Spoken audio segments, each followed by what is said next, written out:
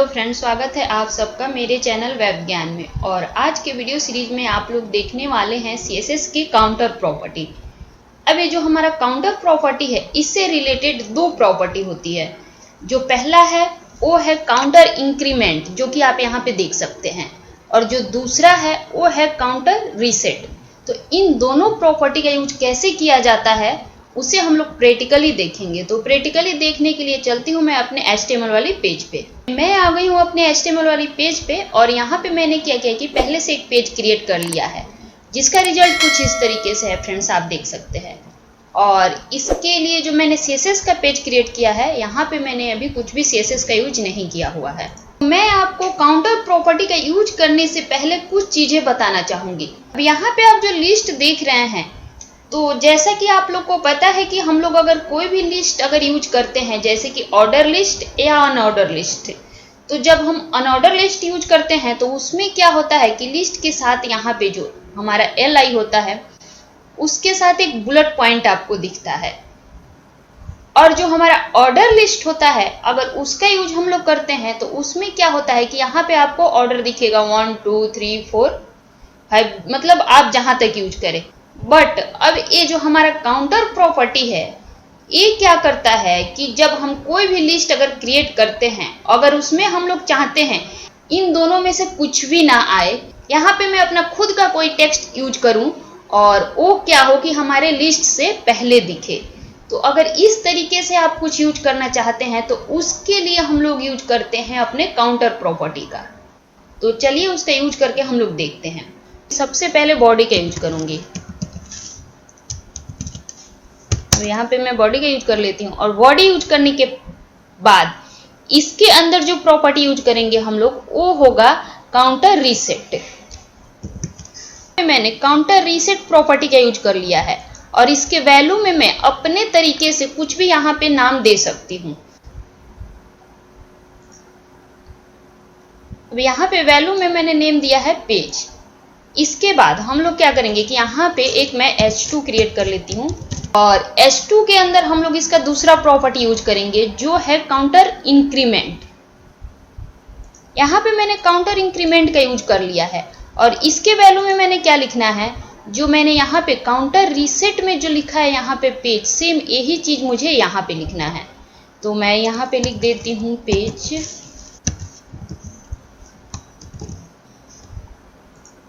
अब इतना करने के बाद मैं इसे रिफ्रेश करती हूँ फ्रेंड्स। अभी रिफ्रेश करने के बाद आपको कोई रिजल्ट नहीं दिख रहा है। अब ये रिजल्ट इसलिए नहीं दिख रहा है फ्रेंड्स कि ये जो दोनों प्रॉपर्टी है, काउंटर रीसेट और काउंटर इंक्रीमेंट, इसका यूज आफ्टर और बिफोर के साथ किया जाता है। तो यहाँ पे जो H2 है, इसके साथ मैं यूज करती हूँ बिफोर का।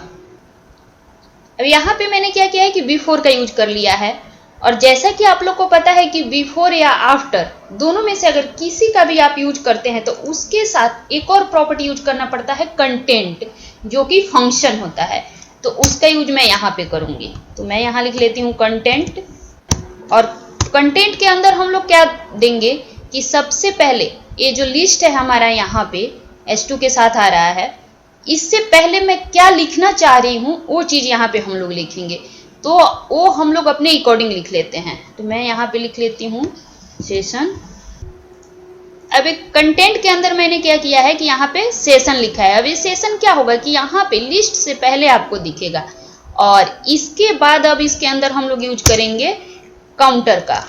और काउंटर में जो हम लोग फंक्शन यूज करेंगे वो क्या होगा, वो यहाँ पे जो हम लोगों ने यूज किया है काउंटर रीसेट के साथ, ये होगा।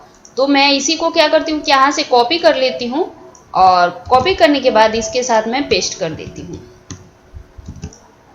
अभी यहाँ पे रिफ्रेश करने के बाद फ्रेंड्स आप देख सकते हैं कि जो हमारा लिस्ट है, लिस्ट से पहले आपको यहाँ पे सेशन लिखा हुआ दिख रहा है, सेशन 1 2 3 4 ऐसे करके।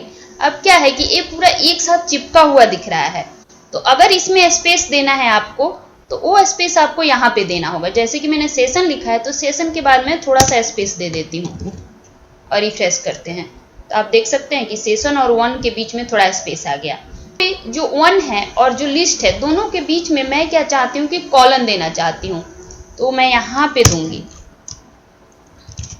इसके अंदर हम लोग देंगे कॉलन।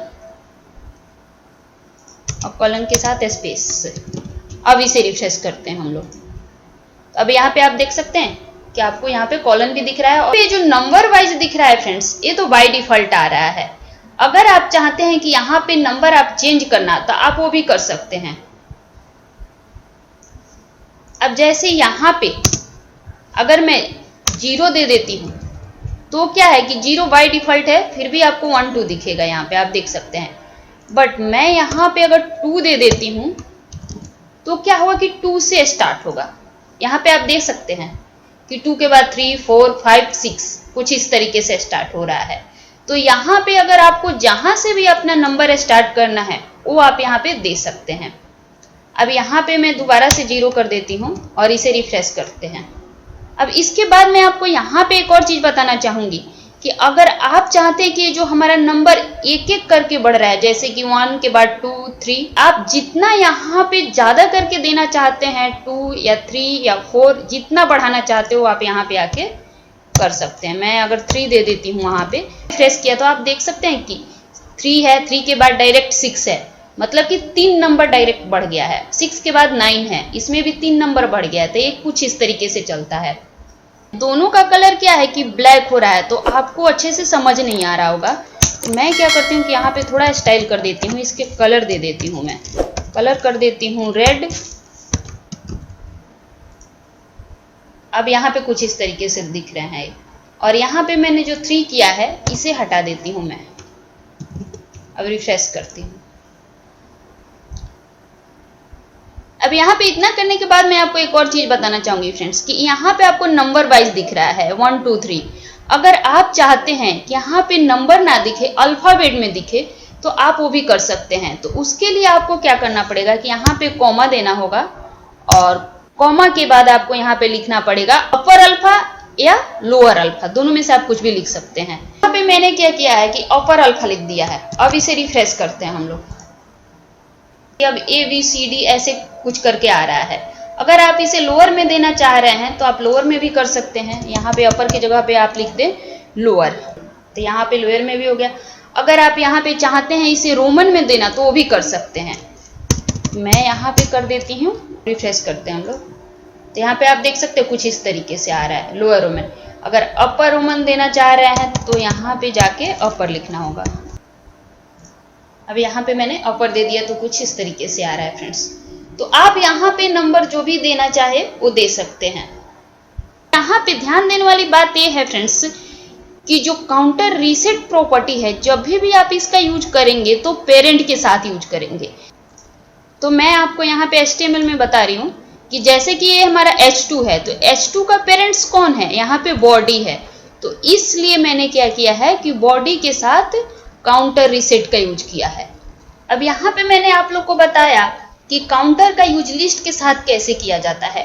अब इसके बाद मैं आपको बताना चाहूंगी कि ये जो हमारा काउंटर है इसका यूज आप अगर सब मेनू के साथ अगर यूज करना चाह रहे हैं तो वो भी कर सकते हैं। वो किस तरीके से करेंगे, तो उसके लिए मैं सबसे पहले एक पेज क्रिएट कर लेती हूँ। मैंने क्या किया है कि एक पेज क्रिएट कर लिया है। कुछ इस तरीके से आप देख सकते हैं कि एक हेडिंग आ रहा है और उसका ये सब लिस्ट आ रहा है, फिर एक हेडिंग आ रहा है और एक सब लिस्ट आ रहा है। और मैंने जो CSS है सेम वही CSS है, मैंने यहाँ पे कोई भी चेंजेस नहीं किया है, जो पहले से था वही है। अब इसके बाद क्या है कि अगर आप चाहते हैं कि यहाँ पे ए सेशन 1 है तो सेशन 1 के अंदर 1 2 3 ऐसा करके आए तो आप वो किस तरीके से करेंगे वो मैं आपको बता रही हूँ।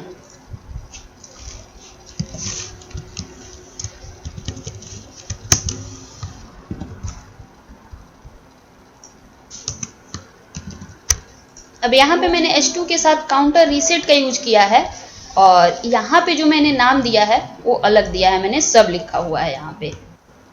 और यहाँ पे आप जो 0 दे रहे हैं ये आप नहीं भी दे सकते हैं, तो मैं यहाँ से हटा देती हूँ इसे।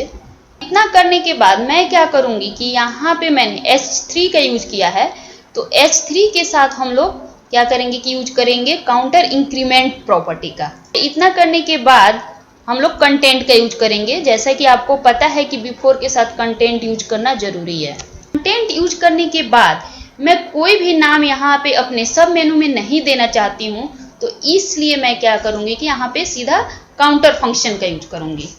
तो मैं यहाँ पे लिख लेती हूँ काउंटर अब इतना करने के बाद हम लोग इसे रिफ्रेश करके देखते हैं। तो अभी रिफ्रेश करने के बाद फ्रेंड्स आप देख सकते हैं कि यहाँ पे 1 2 ऐसा करके आ रहा है, बट यहाँ पे आपको समझ नहीं आ रहा है कि ये लिखा क्या है यहाँ। तो उसके लिए हम लोग क्या करते हैं कि यहाँ पे हूँ डॉट और इसे रिफ्रेश करते हैं हम लोग। तो अभी कुछ तरीके से आ रहा है। उसके बाद अब मैं एक सेमी कॉलन का यूज कर लेती हूँ। तो सेमी कॉलन मैं सबसे लास्ट में यूज करूंगी। अब इसे रिफ्रेश करते हैं। अब यहाँ पे आप देख सकते हैं कि कुछ इस तरीके से आ रहा है 1 1 2 1 3 ऐसे। अब इसका भी कलर मैं थोड़ा सा अलग कर देती हूँ। तो यहाँ पे मैं इसका कलर कर देती हूँ ब्लू। अब मैंने इसका कलर ब्लू कर दिया है और ये कुछ इस तरीके से दिख रहा है फ्रेंड्स। और यहाँ पे मैंने जो अपर रोमन का यूज की हूँ इसे मैं यहाँ से हटा देती हूँ। अब इसे रिफ्रेश करते हैं हम लोग। तो अब ये कुछ इस तरीके से आपको दिख रहा है फ्रेंड्स। तो इस तरीके से आप काउंटर प्रॉपर्टी का यूज करके आप जो लिस्ट है उसके साथ अपने तरफ से जो भी लिखना चाहे लिख सकते हैं फ्रेंड्स, और उसका स्टाइल भी कर सकते हैं। तो आज के लिए इतना ही और मिलते हैं नेक्स्ट ट्यूटोरियल के साथ। आई होप सो कि आपको ये मेरा वीडियो पसंद आया होगा। और हाँ, जो लोग अभी तक मेरा चैनल सब्सक्राइब नहीं किए हैं जल्दी से जाके सब्सक्राइब कर लीजिए ताकि आपको मेरे लेटेस्ट वीडियो का अपडेट मिलता रहे।